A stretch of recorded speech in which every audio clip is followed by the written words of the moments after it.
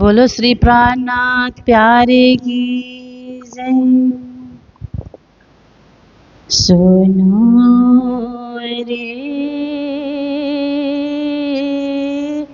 सत के बन जा रे, सुनो रे सत के बन जा रे। बात कहूँ समझा ही सुनो रे।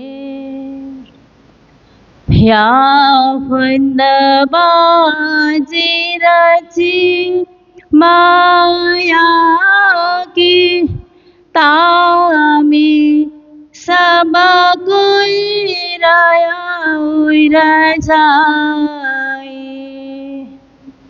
या फंद बाजी रची माया की तामी सब कोई रया उड़ जाए। सुनो रे सत के बन जा रे। एक बात कहूँ समझाई सुनो रे।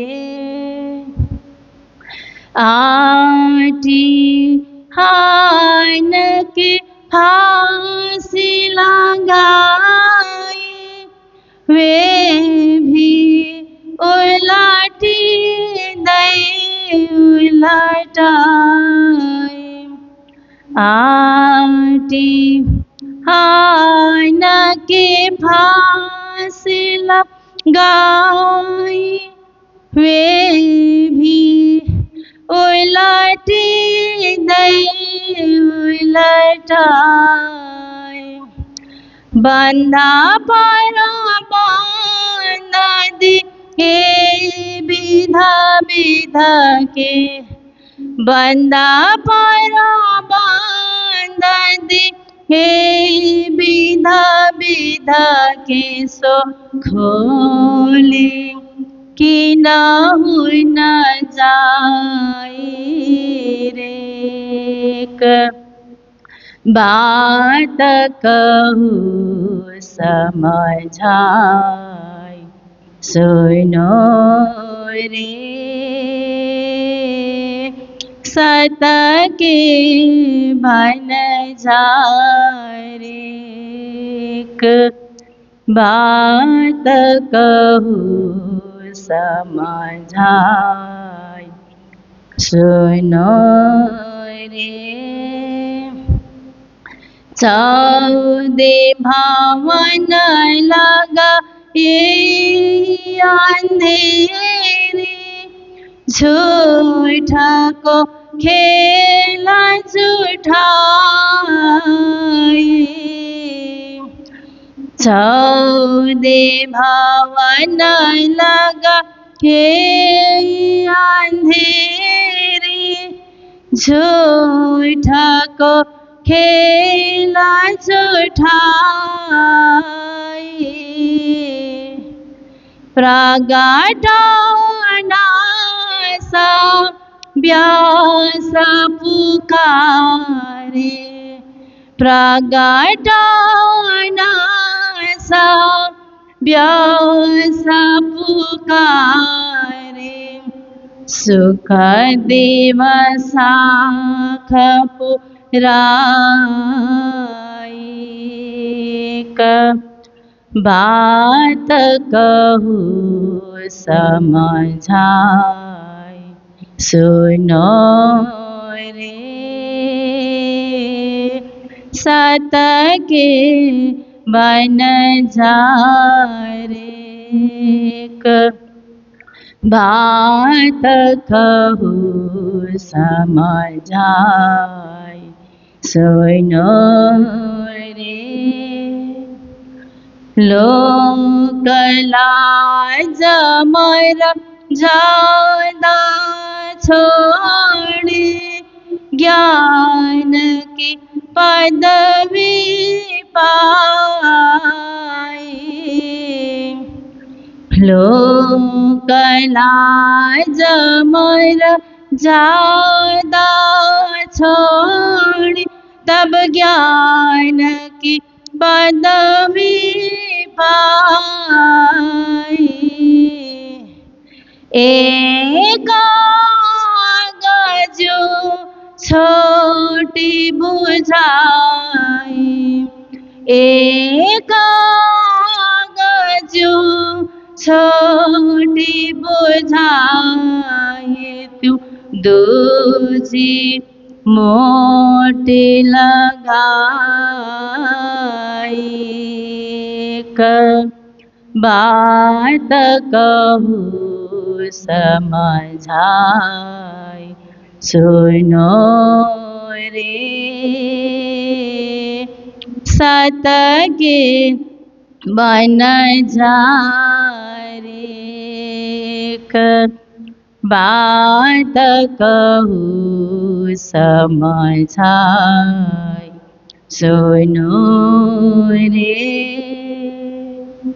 कोटा सेवा का करो नाम निकालो इष्ट चलाओ बढ़ाई। कोटा सेवा का करो नाम निकालो इष्ट चलाओ बढ़ाई।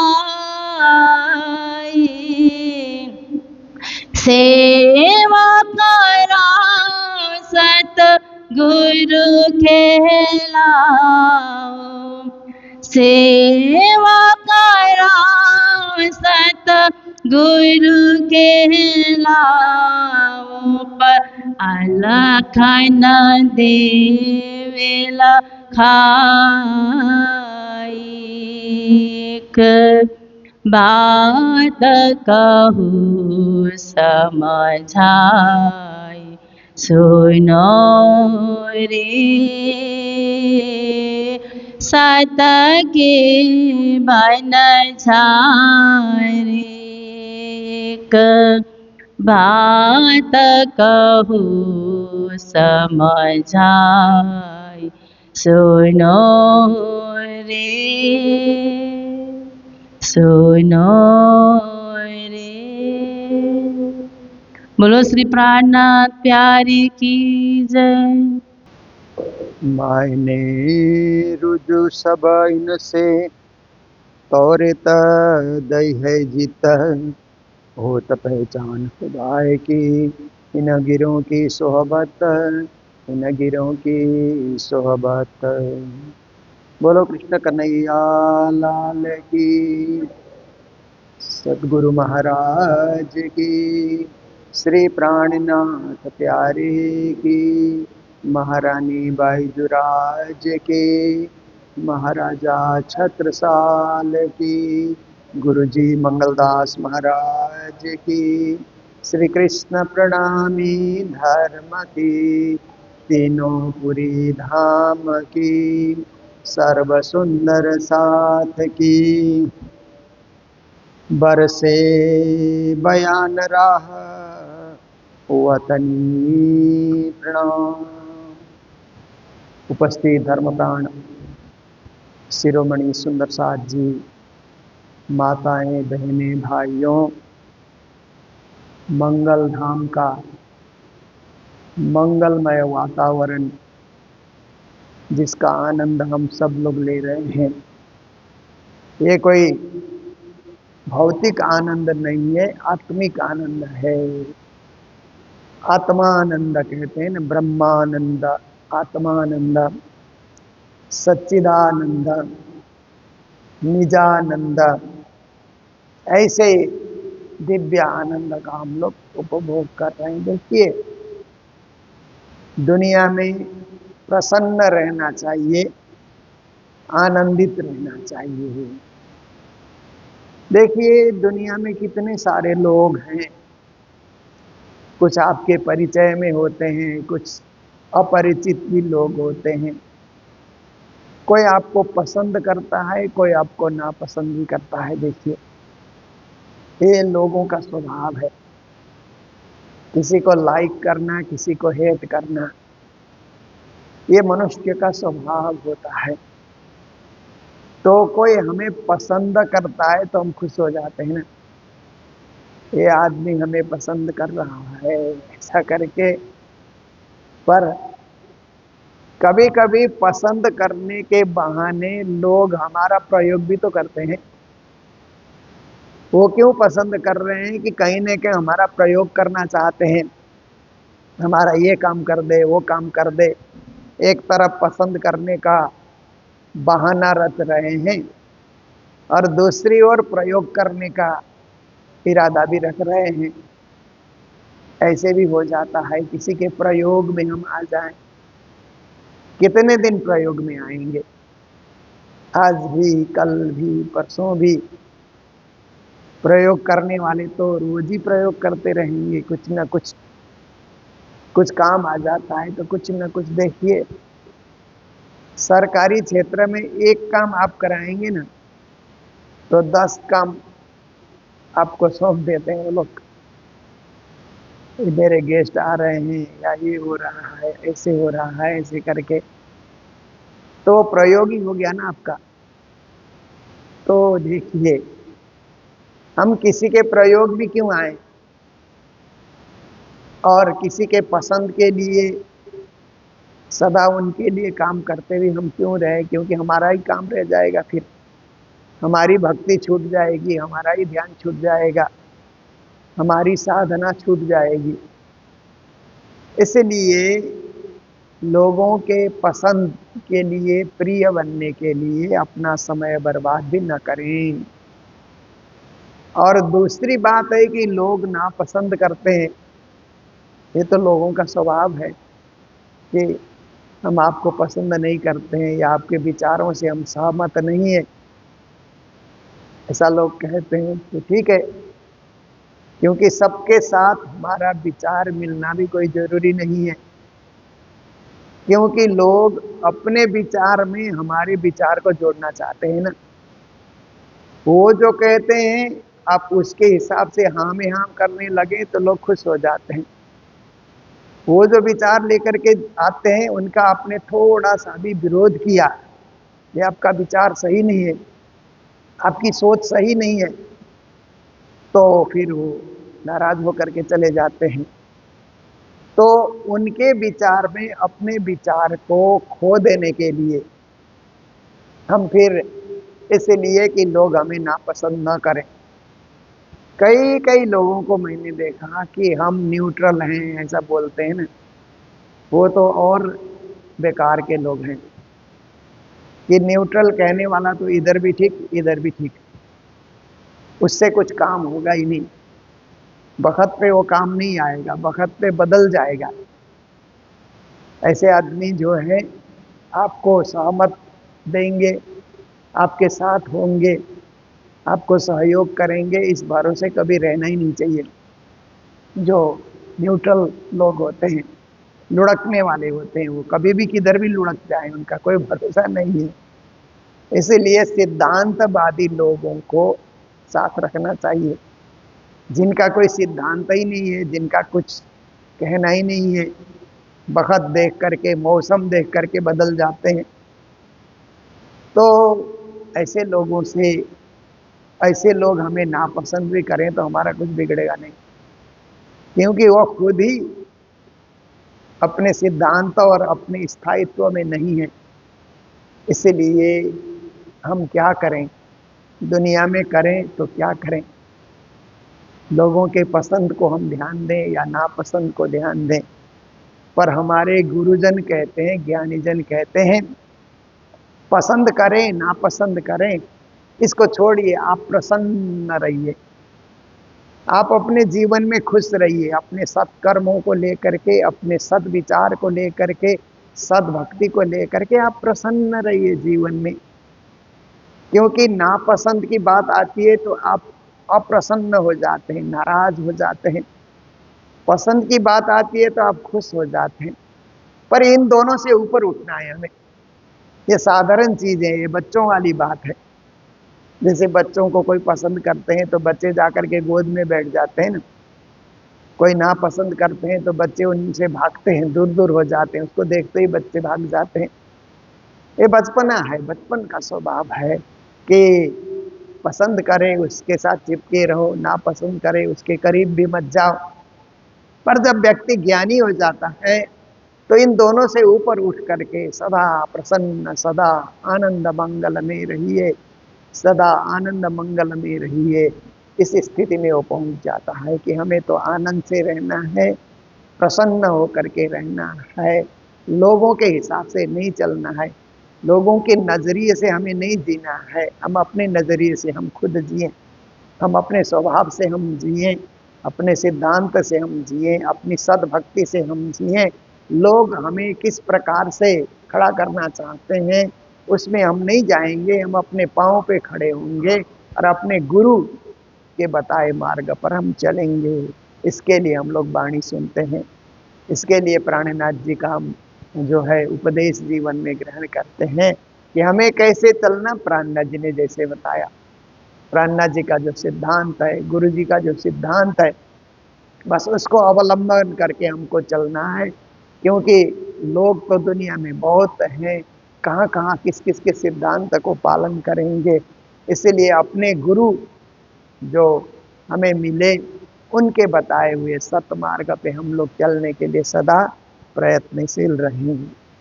तो बरसे बयान रावतनी, श्री जी महाराज कहते हैं कि परम धाम के ब्रह्म सृष्टि के लिए ये वाणी बरस रही है। क्योंकि जैसे खेती करने वाले होते हैं ना, खेती की तैयारी कर लेते हैं हल चला करके। आजकल तो ट्रैक्टर चलाते हैं बहुत सारे लोग, पर पुराने जमाने में हल ही चलाया जाता था। तो हल चलाते हैं, फिर वहाँ पत्थर इत्यादि खेत में निकल आए तो उसको हटा देते हैं, और मिट्टी के बड़े बड़े ढेले निकले तो उसको तोड़ ताड़ करके समतल कर लेते हैं। फिर उसमें खाद भी डालते हैं, और खाद डाल करके उसको फिर से उस मिट्टी को और मुलायम बना लेते हैं। फिर प्रतीक्षा करते हैं बरसात कब होगी, बरसात कब होगी, ऐसा लोग सोचते हैं। तो आकाश से बरसात होती है तो खेती करने वाले को इतना आनंद आता है कि बरसात में भीगते हुए भी वो बीज डालता है, फिर भीगने की चिंता नहीं करता है। परंतु बरसात हो गई, उसकी प्रसन्नता को लेकर के वो वहां पर बीज बोता है, ताकि खेती अच्छी होती है, फसल तैयार होता है। तो उस फसल को लोग सब क्या है कि अन्न के रूप में, फल के रूप में या औषधि के रूप में लोग उसको ग्रहण कर लेते हैं। जो खेती करने वाले ने जो फसल तैयार किया मेहनत के साथ, बरसात न हो तो सब तैयारी के बावजूद भी वो फसल तैयार नहीं कर सकता है, क्योंकि पानी ही नहीं है। बिना पानी के कुछ बीज उगते ही नहीं है। बीज का अंकुरन नहीं हुआ तो कैसे आप खेती को तैयार करोगे, कुछ हो ही नहीं सकता है। तो ऐसे ही संसार में ब्रह्म सृष्टियां आई, तो ब्रह्म सृष्टि को पीने के लिए पानी की भांति वाणी की जरूरत पड़ी, परमधाम की वाणी की जरूरत पड़ी। नहीं तो ब्रह्म सृष्टि का जीवन सूखा सूखा वीरान उनका जीवन हो गया था कि दुनिया में आने के बाद तो राज्य की भक्ति भी छूट गई, सब कुछ छूट गया। तो ये वाणी प्राणनाथ जी ने उतारी, राज्य से पुकार करके, राज्य से एकाकार हो करके ये वाणी उन्होंने उतारी। और उतारने के बाद क्या हुआ कि वर्षा बरसने की भांति वाणी बरस रही है, और हम लोग उसका आनंद ले रहे हैं, जीवन को सिंचित कर रहे हैं, और जीवन में क्या है रस भर रहे हैं। कहीं सूरत में इस्लाम गिने गिरे भुने मुर्ग आसमान से बनी अस्राइल पर तमाम। श्री जी एक उदाहरण देते हैं। कोई एक जमाना था आज जिसको इज़राइल कहा जाता है ना, उस इज़राइल देश को, जहाँ आज इज़राइल और ईरान का युद्ध चल रहा है ना अभी, वो इज़राइल देश यहूदियों का देश है। उनका धर्म जो है यहूदी धर्म कहा जाता है, ज्यूइश कहा जाता है इज़राइल के लोगों को। और ये ज्यूइश लोग क्या है कि ईसाई से भी पुराने हैं। इस्लाम धर्म से तो पुराने हैं ही हैं, ईसाई धर्म से भी ये लोग पुराने हैं। तो ऐसे जो लोग हैं इज़राइल में रहते हैं, यहूदी उनको कहा जाता है। तो उनके जो गुरु थे उनको हजरत मूसा, मोजेज करके बाइबल में आता है, ऐसे उनके गुरु थे। तो एक बार क्या हुआ कि अकाल पड़ा उस देश में। अकाल पड़ने के बाद उन्होंने परमात्मा से प्रार्थना की, अपने इष्ट से प्रार्थना की कि मेरे सब शिष्य गण, मेरी सब जनता भूखी मर रही है, उनको कुछ आहार चाहिए, ऐसा करके कहा। तो हदीसों में ऐसा वर्णन आता है कि ऊपर से, आकाश से उनके भक्तों को खिलाने के लिए, वो तो मांसाहारी लोग थे ना, वो शाकाहारी नहीं थे, मांसाहारी लोग थे। तो मांसाहारी लोग तो मांसाहारी करते हैं।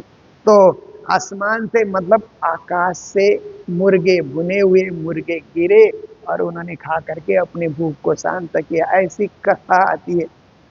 तो श्री प्राणनाथ जी महाराज इसका विश्लेषण करते हैं कि आकाश से मुर्गे कहाँ गिरेंगे, आकाश में मुर्गे कहाँ होते हैं, कैसे गिरे।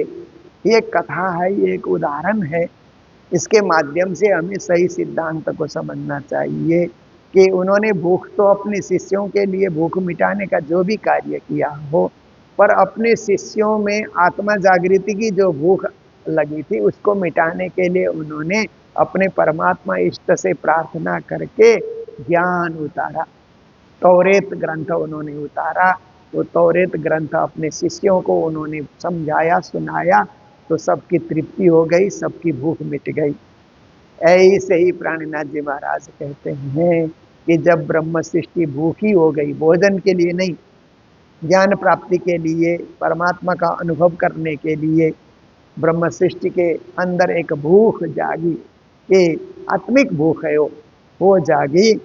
तो श्री प्राणनाथ जी महाराज ने राज्य से प्रार्थना की, राज्य से एकाकार हो गए। तो ये तारतम वाणी, आसमानी वाणी, ऊपर से आई हुई ये वाणी जगत में उतरती है और सब ब्रह्म सृष्टि इस वाणी का आस्वादन करके सबको खुशी होती है, सबको आनंद होता है, सब परितृप्त हो जाते हैं।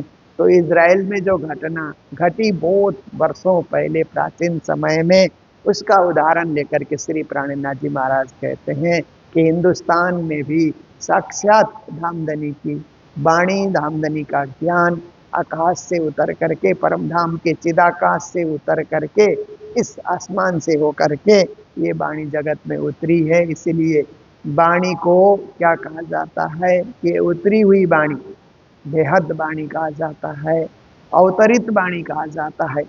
डिसेंडेंट कहते हैं ना इंग्लिश में, उतर जाना, ऊपर से उतरना, ऐसी ये वाणी है। और इस वाणी को केवल ब्रह्म सृष्टि स्वाद लेगी ऐसी बात नहीं है, जगत के तमाम लोग भी इसको आस्वादन करना चाहेंगे तो उनको भी सुखी मिलेगा, उनको भी परितृप्ति मिलेगी, उनका भी पेट भर जाएगा।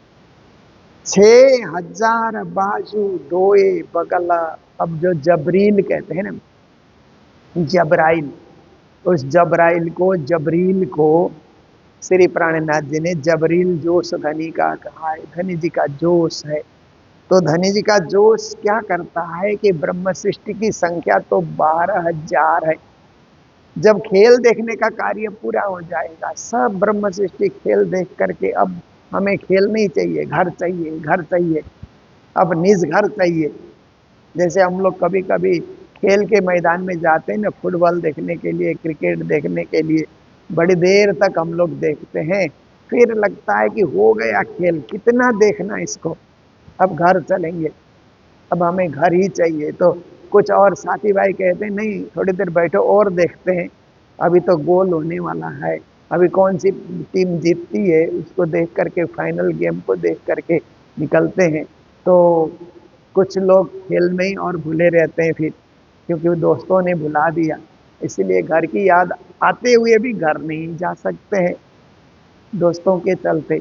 पर कुछ लोग सोचते हैं दोस्तों को भी छोड़ दो, क्या करना इन दोस्तों को, ये तो खेल प्रिय लोग हैं, घर प्रिय नहीं है, भक्ति प्रिय नहीं है, खेल प्रिय लोग हैं। ऐसे लोगों से मिलजुल रख करके क्या फायदा। हम तो अपने ही घर में जा करके राज्य की पूजा करेंगे, सायंकालीन बेला है तो राज्य की पूजा में हम लग जाएंगे। ऐसे ब्रह्म सृष्टि की चाल होती है। तो कहते हैं कि जब ब्रह्म सृष्टि की खेल देखने की इच्छा पूरी हो जाती है, तो इच्छा पूरी होने के बाद तो परम धाम की याद आने लग जाती है। अब संसार में कुछ बचा नहीं, सब देख लिया। बचपन देखा, जवानी देखा, प्रौढ़ावस्था देखा, वृद्धावस्था देखा। अब देखना क्या बाकी रहा। फिर दोबारा इसी को देखेंगे नहीं, एक बार देख लिया सो देख लिया, अब और दोबारा हमें नहीं देखना है। ऐसी ब्रह्म सृष्टि की तैयारी हो जाती है। और 12 के 12,000 ब्रह्म सृष्टि की जब जागनी हो जाती है, तो वो जबरील जो है, जोश धनी का जोश जो है, अपने पंख में 6,000 आत्माओं को एक तरफ बिठा करके, 6,000 आत्माओं को दूसरी ओर बैठा करके, 12,000 को लेकर के, 6,000 बाजू, दो बगल, दो बाजू में दो तरफ 6,000 को बैठा करके, जबराइल ऊपर रूहन्ना, इन सब आत्माओं को लेकर के धनी जी का जोश जो है वो परम धाम में लौट करके जाता है। धनी जिस जोश से जागनी कर रहे हैं, उसी जोश के साथ रूहें अथवा आत्माएं लौट करके दिव्य परम धाम को जाती हैं। 11वीं सदी गिरह खोल के, ये 11वीं सदी हिजरी संबत से श्री जी महाराज ने लिया है। चले मोहम्मद संग मोमिन्ना, ये क्या है कि महामती के साथ ब्रह्म सृष्टि चलती है। कहने का भाव ऐसा है कि महामती प्राणनाथ जी ने जगाई है, तो ब्रह्म सृष्टि उन्हीं के साथ साथ चलेगी और उनके द्वारा ही उस दिव्य परम धाम का द्वार खोलेगा। क्योंकि प्राणनाथ जी ही कहते हैं ना, द्वार तो बाके खुले हैं अब्बा, पीछे तो दुनिया मिलसी चब्बा, जब द्वार तो बाके मुदयो रही न गई भोर जो भयो। ये चौपाई कुछ कठिन सी चौपाई लगती है। तो श्री प्राणनाथ जी महाराज ने परम धाम का द्वार खोल दिया। तोबा का द्वार मतलब अखंड उस परम धाम का दरवाजा उन्होंने खोल दिया। पीछे तो दुनिया मिलसी सब, मुक्ति का द्वार, अष्ट मुक्ति का द्वार भी उन्होंने खोल दिया सबके लिए। तो जब तक श्री प्राणनाथ जी महाराज हैं, बस उनसे एक बार मिलो, उनका आशीर्वाद ले लो, सबको मोक्ष के लिए दरवाजा खुल गया है। पर प्राणनाथ जी महाराज जाने के बाद वो दरवाजा बंद हो जाएगा।